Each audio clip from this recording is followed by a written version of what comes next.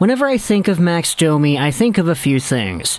Firstly, it's the Seattle Kraken expansion draft, and how the Columbus Blue Jackets had Max Domi on a silver platter, that in which Ron Francis and the Kraken did not end up taking. They selected Gavin Bayreuther instead, who became a free agent, and he re-signed with Columbus. So, pretty much a few weeks down the line, the Kraken got nobody from Columbus.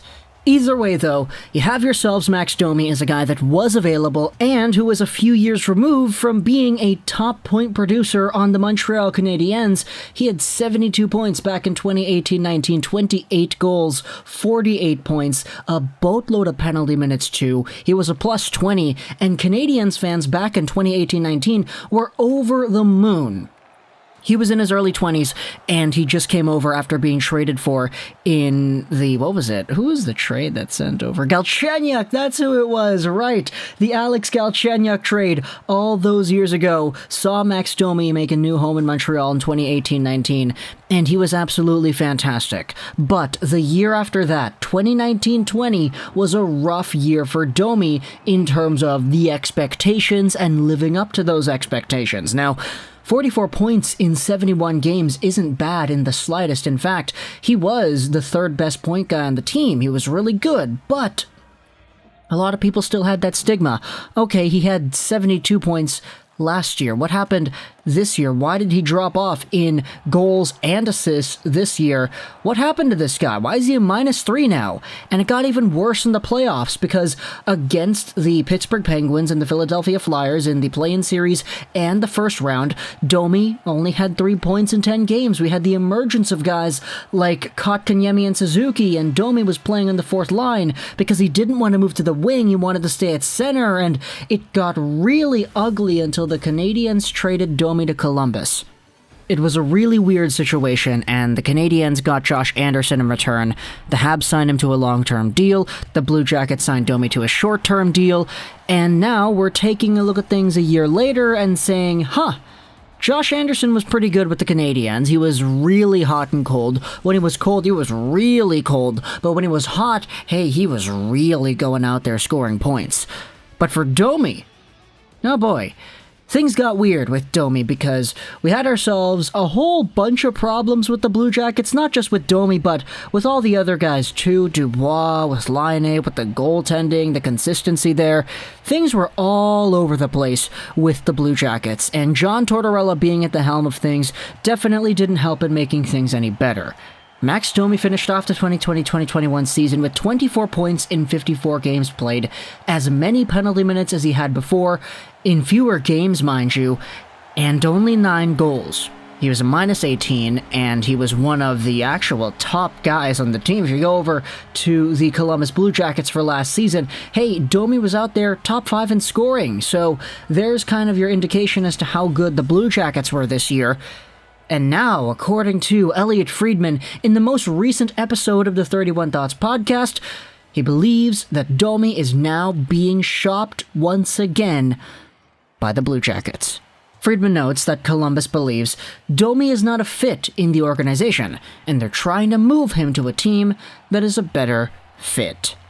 This Hockey Hound tweet then says, "Hey, does that sound familiar?" It's a similar story here with Domi, as was with the Montreal Canadiens, and all it took this year was just one go-around. Max Domi spent 2 seasons in Montreal before getting traded because he didn't fit in with the club. He spent 1 year with Columbus before doing the same thing.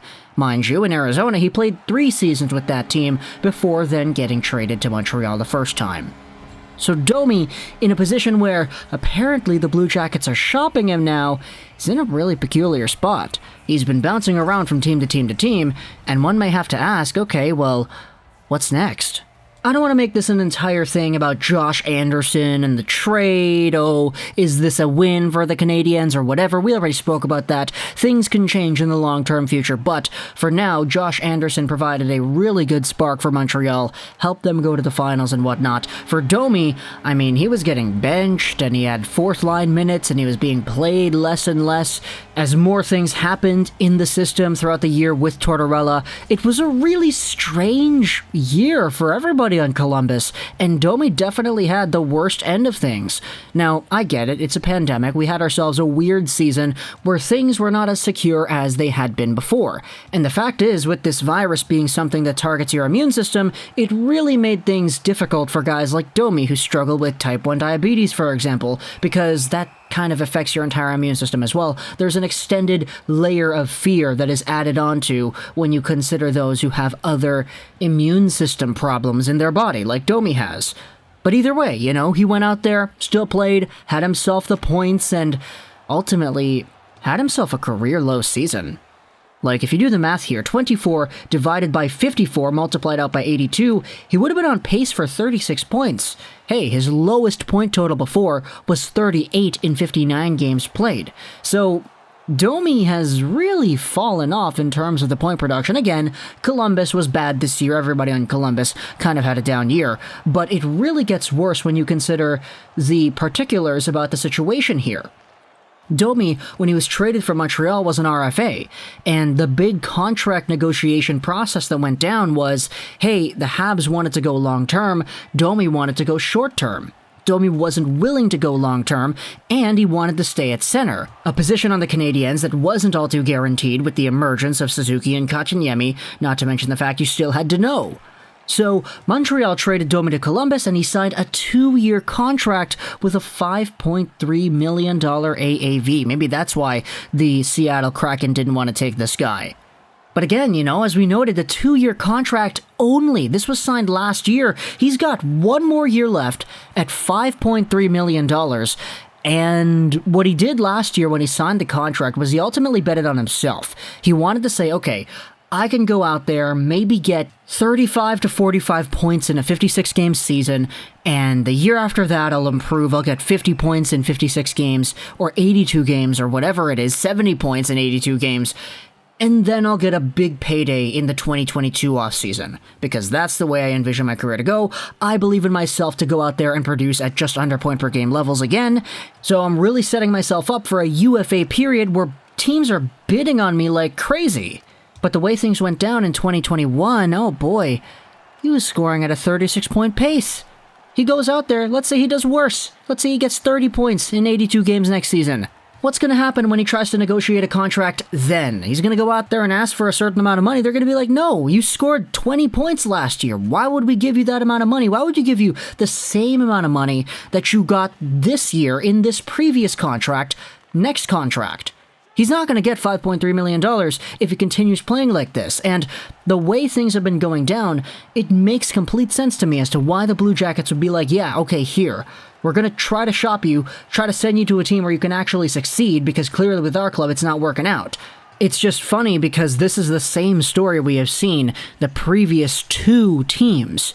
So for Max Domi, going out there, still trying to find an NHL fit, a long-term home at 26 years old now, man, the clock is ticking. I can't believe the guys from the 2013 draft are already 26, 25 years old now, because, like, I still remember that was the first ever NHL Entry Draft that I actually paid attention to, so seeing all these guys aging out in a process where they're in their mid-20s, some guys are still trying to find their place in the league, it is kind of trippy to me, but either or, talk to me in the comments what you think about Max Domi reportedly being shopped once again, because things have not been good in Columbus for pretty much anybody on that squad, but for Domi in particular, it's another weird fit. He was playing fourth-line minutes throughout the year, he was getting benched again because of weird decisions and all that. Yeah, it was strange. But if he can go to another team next season, really vindicate himself, you know, if he can get a point-per-game season, it would really set himself up nicely for that UFA contract that he wanted to get last year when he signed that 2-year extension. It was always the plan, be good for 2 years out, and so by the time 2022's offseason rolls around, you can get paid because you don't want to go long-term with Montreal right now. That was kind of the thing. And it was a bet that, so far, hasn't really looked all too good. But of course, if a year from now Domi is fantastic, I'll shut up, I'll eat my words, and I'll talk about how I'm wrong. But for now, Friedman says it. It appears the Blue Jackets are shopping him again, so talk to me in the comments what you think about Domi being on the block. I hope you enjoyed this Rolls 99. And bye.